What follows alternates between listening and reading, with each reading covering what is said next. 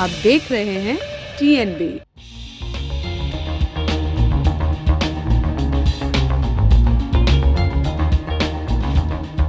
15 जनवरी का दिन भारत के लिए अहम दिन होता है। इस दिन को हर साल भारतीय सेना दिवस के तौर पर मनाया जाता है। 15 जनवरी भारत के गौरव को बढ़ाने और सीमा की सुरक्षा करने वाले जवानों के सम्मान का दिन होता है। इस साल भारत का 74वां सेना दिवस मनाया जा रहा है। 15 जनवरी को नई दिल्ली और सभी सेना मुख्यालयों पर सैन्य परेडों, सैन्य प्रदर्शनियों व अन्य कार्यक्रमों का आयोजन होता है। इस मौके पर देश थल सेना की वीरता, उनके शौर्य और कुर्बानियों को याद करता है। लेकिन सवाल ये है कि 15 जनवरी को ही भारतीय सेना दिवस क्यों मनाया जाता है? ये दिन भारतीय सेना और भारत के इतिहास के लिए खास कैसे है? दरअसल भारतीय सेना दिवस फील्ड मार्शल KM करियप्पा के सम्मान में मनाया जाता है। तो आइए जानते हैं कि कौन है फील्ड मार्शल KM करियप्पा और सेना में उनके योगदान के बारे में। साथ ही क्यों 15 जनवरी को ही सेना दिवस मनाया जाता है? कौन है लेफ्टिनेंट जनरल KM करियप्पा? देश की आजादी से पहले सेना पर ब्रिटिश कमांडर का कब्जा था।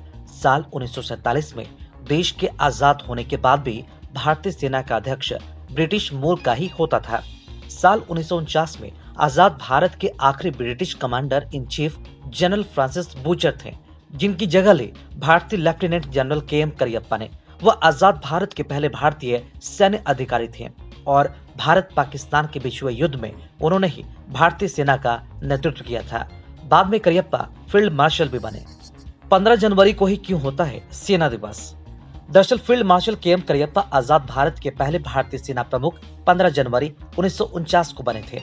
ये भारत के इतिहास की सबसे महत्वपूर्ण घटनाओं में से एक है। इसलिए 15 जनवरी को हर साल भारतीय सेना दिवस के तौर पर मनाया जाता है। जब करियप्पा सेना प्रमुख बने तो उस समय भारतीय सेना में लगभग 2 लाख सैनिक थे। करियप्पा साल 1953 में रिटायर हो गए थे और 94 साल की उम्र में साल 1993 में उनका निधन हुआ था। करियप्पा की उपलब्धियां। करियप्पा ने भारत पाकिस्तान युद्ध 1947 का नेतृत्व किया था। रिटायरमेंट के बाद में उन्हें सन 1986 में फील्ड मार्शल का रैंक प्रदान किया गया। इसके अलावा दूसरे विश्व युद्ध में बर्मा में जापानियों को शिकस्त देने के लिए उन्हें Order of the British Empire का सम्मान भी मिला था।